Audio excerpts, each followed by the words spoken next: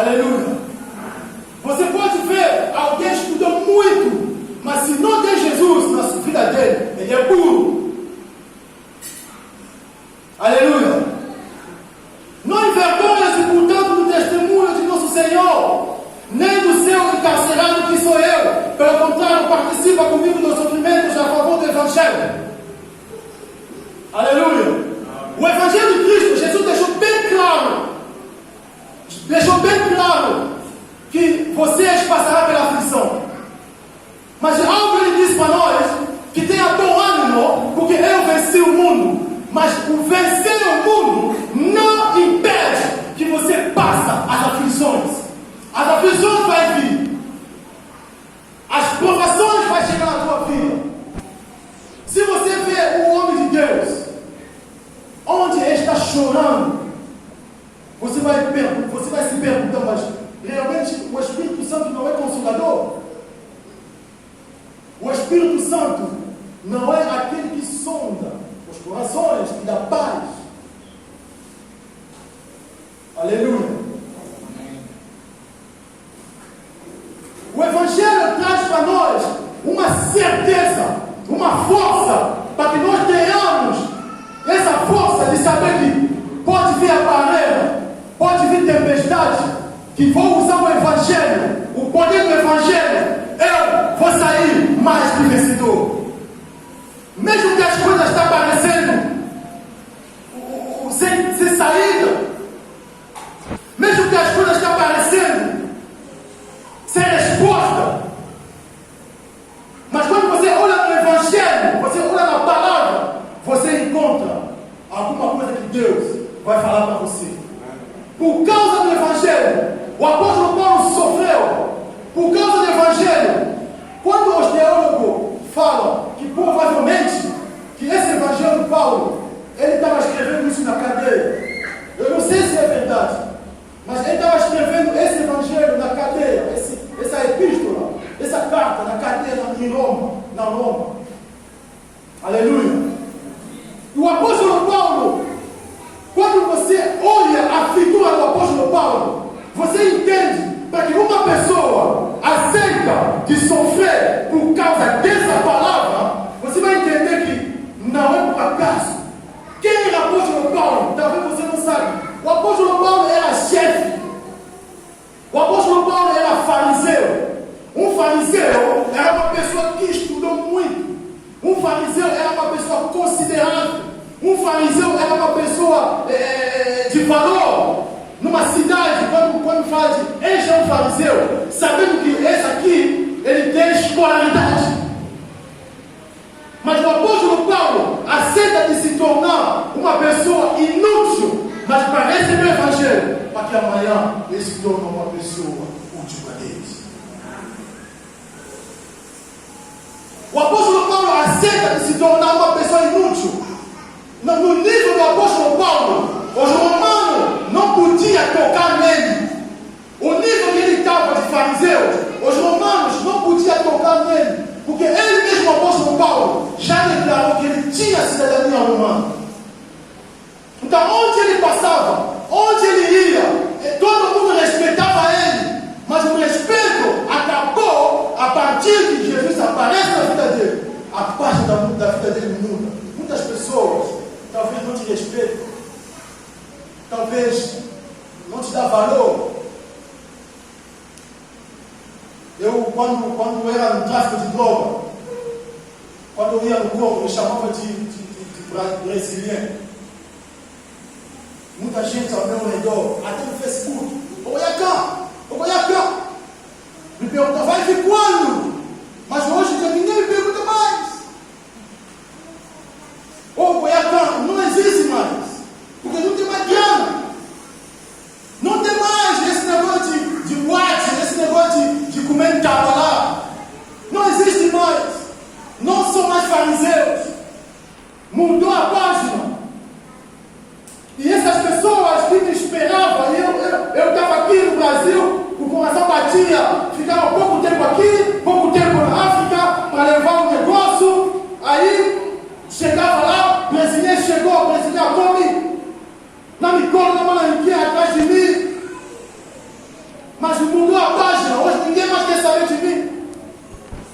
O apóstolo Paulo é a mesma coisa. Ele era fariseu, todo mundo respeitava ele. Só quando ele recebeu Jesus, o próprio clã dele queria matar ele. O apóstolo Paulo tinha que fugir. E ele fala para Timóteo: Timóteo, eu sou prisioneiro de Jesus. Mas não tenha vergonha, mesmo eu sendo prisioneiro, você prega a palavra. Mesmo eu sendo prisioneiro do Altíssimo, mas você, Timóteo, prega a palavra. Não tenha medo, porque lá no Efésio existiam pessoas que tinham filosofias, que tinham coisas que o Timóteo poderia se intimidar, porque o Timóteo era jovem. Mas o apóstolo Paulo fala que o Espírito que está em você é maior que o Espírito dessas pessoas. O Espírito que está em você é poder, é a força, é o amor, é a moderação. A moderação é a medida sua, é de calma. Uma pessoa que tem o Espírito de Deus é uma pessoa calminha. É uma pessoa quando chega num lugar, ele que controla a situação. Uma pessoa que tem o Espírito Santo quando chega na sua casa, mesmo que a poeira levantou, ele que controla a situação. Uma pessoa que tem o Espírito Santo, eu vou te falar uma coisa, eu tinha muito medo das pessoas. Medo no sentido, mesmo que eu estou vendo um coro, eu tinha medo. Mas depois, até quando eu ia na Polícia Federal, eu tinha medo da Polícia Federal. Eu tenho amigos policiais federais. E quando eu cumprimento, eu olho na cara mesmo. Além de tu é autoridade, eu também sou autoridade. Eu não tenho mais medo. Até quando eu falo com as pessoas, eu falo com essa autoridade. Não de faltar respeito, mas eu falo mesmo. Falo, acho que tem que achar, mas eu tenho que falar. Aleluia. Uma pessoa que tem o Espírito até a morte não vai ter medo. A Bíblia diz, para me chegar na minha mensagem, que nos salvou e nos chamou com santa vocação, não segundo as nossas obras, mas conforme a sua própria determinação e graça que nos foi dada em Cristo Jesus, antes nos tempos eternos, e manifestada agora pelo aparecimento de nosso Salvador Cristo Jesus, o qual não só destruiu a morte, como trouxe a luz e a vida e a imortalidade diante do Evangelho, para a qual eu fui designado pregador, apóstolo e mestre. E por isso eu estou sofrendo essas coisas, todavia não me envergonho, porque sei em quem tenho crido. Aqui está a minha mensagem. A superstição, o que é isso? É a superstição. Essa palavra pode parecer estranha para você. A superstição veio do latim superstitio. Superstitio é uma mentalidade que leva a pessoa a usar certas coisas para se proteger, que leva o ser humano a usar certas coisas para chamar a sorte. A superstição é nada mais, nada menos, é o medo. A superstição, nada mais, nada menos, é o medo. Esse medo que leva a pessoa a usar as coisas sobrenaturais para poder se proteger com as coisas espirituais. Por exemplo, no Congo, antes de eu chegar aqui no Brasil, existem muitos países no Congo. Se você comer cuanga, o que o cangatê bacinga na matita cuanga, n'est-ce pas, papa Tidor? O que o cangatê bacinga cuanga, matita cuanga, é maman? Je crois que vous savez. On a mis au Canabachance, là. Voilà. Cette attitude, c'est ça qu'on appelle la superstition. Là, on appelle la superstition. C'est-à-dire, aux organisations qui m'accordent, matiti, si você amarrar as folhas de quando o pastor Tiago, come quando? Acho que tu come aqui. Lá na África se fabrica com as folhas. Só que quando a pessoa tira a folha, come quando, e essa folha, muita gente pega, amarra a borda e joga. Só que muita gente pensa que se tu amarrar essa folha, vai trazer, ou seja, vai amarrar a tua vida. Entendeu? Então, a superstição leva a pessoa nesse sentido. Aqui no Brasil, você não pode deixar o chinelo virado. Você tem o chinelo ali, você não pode virar ele, senão vai trazer bom sorte. A superstição leva a pessoa de que no ano novo tem que usar roupa branca para trazer sorte. A superstição leva o ser humano de pensar que o jogador entra com o pé direito, vai jogar bem. No campo de futebol, leva que esses jogadores aí que não tem Jesus, tem essa superstição de pensar de entrar com o pé direito no campo, vai jogar bem, vai fazer gol. Muitos jogadores você vê entrando assim. Isso chama superstição. É uma crença que leva o ser humano a fazer loucuras para se proteger ou para usar o sobrenatural. Aleluia. A superstição leva o cristão a pensar, escuta bem, a superstição leva o cristão a pensar que oração feita no monte é mais poderosa do que oração feita no quarto. A superstição leva o cristão e que esse olho vai te proteger contra o Satanás.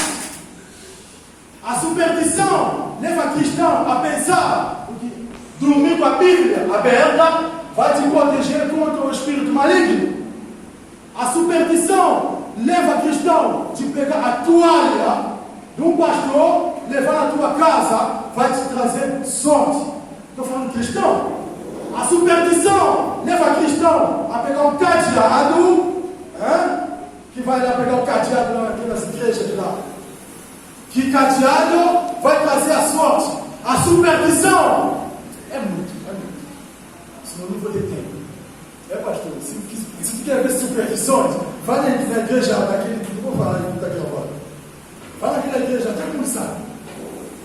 Usa cadeado. Outra vez, pastor falou, mostrou que estão usando chicantes, né? Fizeram uma estátua de Golias.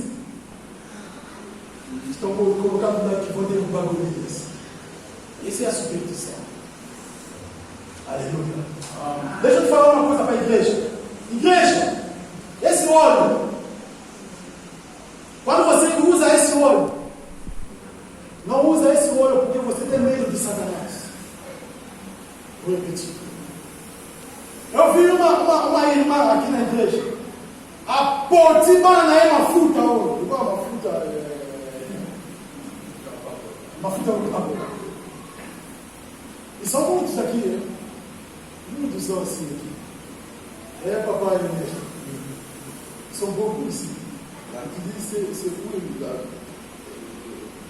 para poder mudar na vida. E eu sabe lá.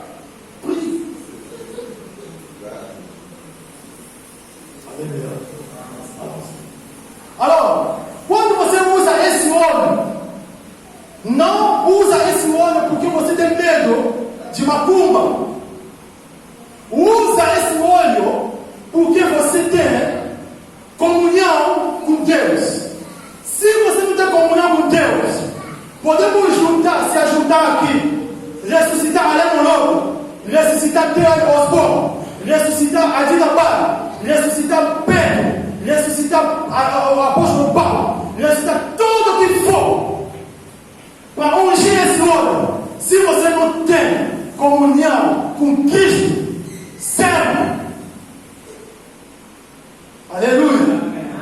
O apóstolo Paulo diz, analisa comigo esse versículo, irmão.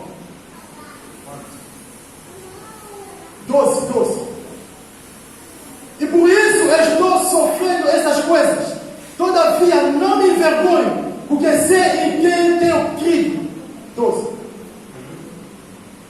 Et c'est à cause de cela que je souffre ces choses, mais j'en ai point honte, car je sais en qui j'ai cru, et je suis persuadé qu'il a la puissance de garder mon dépôt jusqu'à ces jours-là.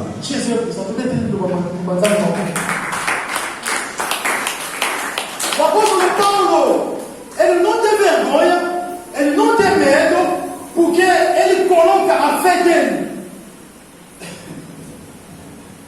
Não quero falar muita coisa, porque eu preguei essas pregações lá na Itaí, eu tive muito problema, principalmente com os católicos. Você já assistiu o filme de Drácula? Você viu que a igreja católica, Deus me perdoe, no filme dos Drácula, vampiros, eles usam o crucifixo, né? Para expulsar Drácula. Só que muitas pessoas pensam que na vida real, usando essa cruz da igreja católica, vai expulsar o demônio. Nos filmes de exorcismo, os padres, por que não cria filme de exorcismo dos pastores? Só cria um ator padre. Porque o padre vai usar a superstição, colocando água benta, colocando a cruz. Aí pessoas, os católicos, ou pessoas que não entendem a espiritualidade, pensam que esse daí, na vida real, funciona. Nada funciona. A Bíblia diz, o apóstolo Paulo disse, que eu creio em Jesus. Vem o demônio, vem o Satanás, eu não tenho medo, porque eu coloco a minha fé em Cristo Jesus. Eu coloco a minha fé em Jesus Cristo. A Bíblia diz, Ele é poderoso. Aleluia. Coloca a tua fé em Jesus. A Bíblia disse, o apóstolo Paulo disse, para me subir mais um pouquinho, que o Cristo trouxe para nós a luz, o Evangelho, a vida e a imortalidade. Eu vou terminar aqui na palavra imortalidade.